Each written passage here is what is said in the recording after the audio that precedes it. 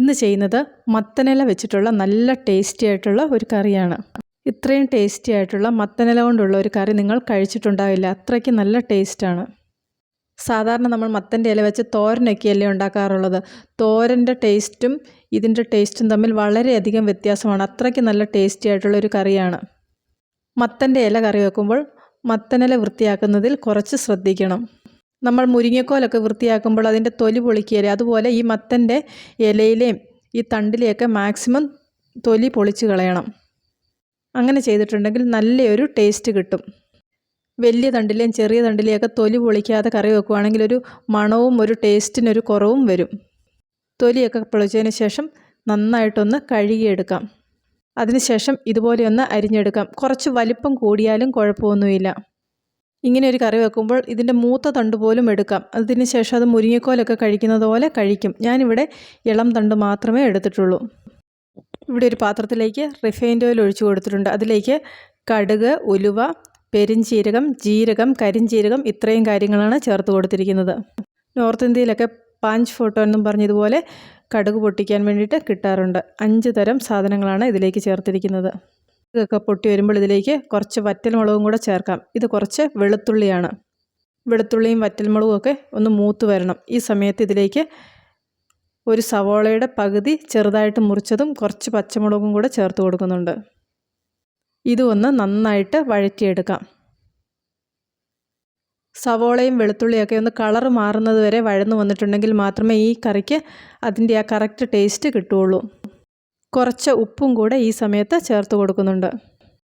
ഞാനിവിടെ കുറച്ച് cashew nuts കുതിർത്ത് അരയ്ക്കുന്നുണ്ട്. കാഷ്യൂ നട്ട്സ് ഉപയോഗിക്കാൻ താല്പര്യമില്ലാത്തവർക്ക് ഇതിന് പകരമായിട്ട് പംകിൻ സീഡ്സ് ഉപയോഗിക്കാം. ഇവിടെ ഇപ്പോൾ ചേർത്തിരിക്കുന്ന ചേരുവകളൊക്കെ നന്നായിട്ട് വഴന്ന് കളറ് മാറി വന്നിട്ടുണ്ട്. ഇനി ഇതിലേക്ക് 1/2 ടീസ്പൂൺ മല്ലിപ്പൊടി, കുറച്ച് മുളക് പൊടി, കുറച്ച് മഞ്ഞൾപ്പൊടി ഇത്രയും ചേർത്ത് കൊടുക്കുന്നുണ്ട്. പൊടികൾ ചേർക്കുമ്പോൾ കൂടിപ്പോകാതെ പ്രത്യേകം ശ്രദ്ധിക്കണം. ഇനി ഇതിലേക്ക് മുറിച്ച് വെച്ചിരിക്കുന്ന മത്തൻ്റെ ഇലയും തണ്ടും എല്ലാം കൂടെ ചേർത്ത് കൊടുക്കാം. ഇല പാത്രത്തിലേക്ക് ആക്കിയതിന് ശേഷം ഒന്ന് ഇളക്കി കൊടുക്കാം. അല്ലെങ്കിൽ ഇനി കുറച്ച് കാര്യങ്ങളും കൂടെ ചേർത്ത് കൊടുക്കാനുണ്ട്. ആ സമയമാകുമ്പോഴേക്ക് വഴറ്റിയ ആ ഉള്ളിയൊക്കെ കരിഞ്ഞു പോകാനുള്ള സാധ്യതയുണ്ട്. അതുകൊണ്ടൊന്ന് ഇളക്കി കൊടുക്കുവാണ്. ഇപ്പോൾ കാണുമ്പോൾ ഒരുപാട് ഇലയുള്ളതായിട്ട് തോന്നും. ഇത് വെന്ത് വരുമ്പോൾ ഇതിൻ്റെ ഒരു 1/4 ഭാഗമായിട്ട് വരും. അടുത്തതായിട്ട് ഇതിലേക്ക് 1-2 ഉരുളക്കിഴങ്ങ് ചെറുതായിട്ട് മുറിച്ചത് ചേർത്ത് കൊടുക്കാം. ഉരുളക്കിഴങ്ങിൻ്റെ തൊലി കളയാതെയാണ് ഇവിടെ ചേർത്ത് കൊടുത്തിരിക്കുന്നത്. ഉരുളക്കിഴങ്ങിൻ്റെ പുറം ഭാഗം നന്നായിട്ട് ഉരച്ച് കഴുകിയതിന് ശേഷമാണ് ഇതുപോലെ മുറിച്ചെടുക്കുന്നത്. ഇങ്ങനെ തൊലിയോടുകൂടി കറി വെക്കുന്നതിന് ഒരു പ്രത്യേക ടേസ്റ്റാണ്. ഇനി ഇത് ഇളക്കി കൊടുത്ത് ഇതിലേക്ക് ഒരു കപ്പ് വെള്ളവും കൂടെ ചേർത്ത് കൊടുത്ത് അടച്ചു വെച്ച് വേവിക്കാം. ഇങ്ങനെ ഇല അടച്ചു വെച്ച് വേവിക്കുമ്പോൾ കുറച്ച് സമയമെടുക്കും.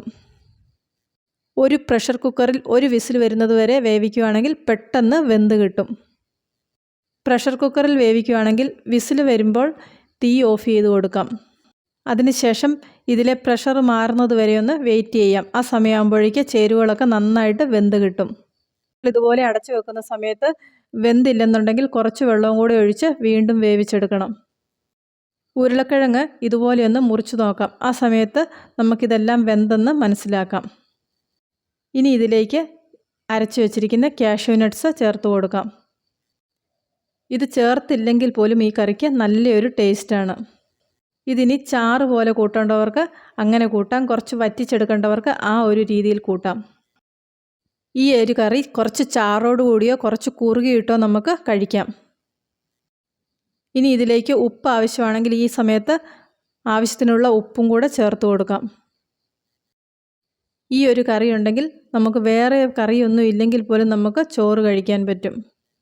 കുറച്ച് ഉണക്കമീനും കൂടി ഉണ്ടെങ്കിൽ അത്രയും നല്ലത്. വളരെ ടേസ്റ്റിയും ഡിഫറൻറ്റുമായിട്ടുള്ള ഒരു മത്തനില വെച്ചിട്ടുള്ള കറിയാണ്. എല്ലാവരും ഒരു പ്രാവശ്യം ഇതുപോലെയൊന്ന് ചെയ്തു നോക്കുക. തീർച്ചയായിട്ടും നിങ്ങൾക്കിതിൻ്റെ ടേസ്റ്റ് ഇഷ്ടപ്പെടും.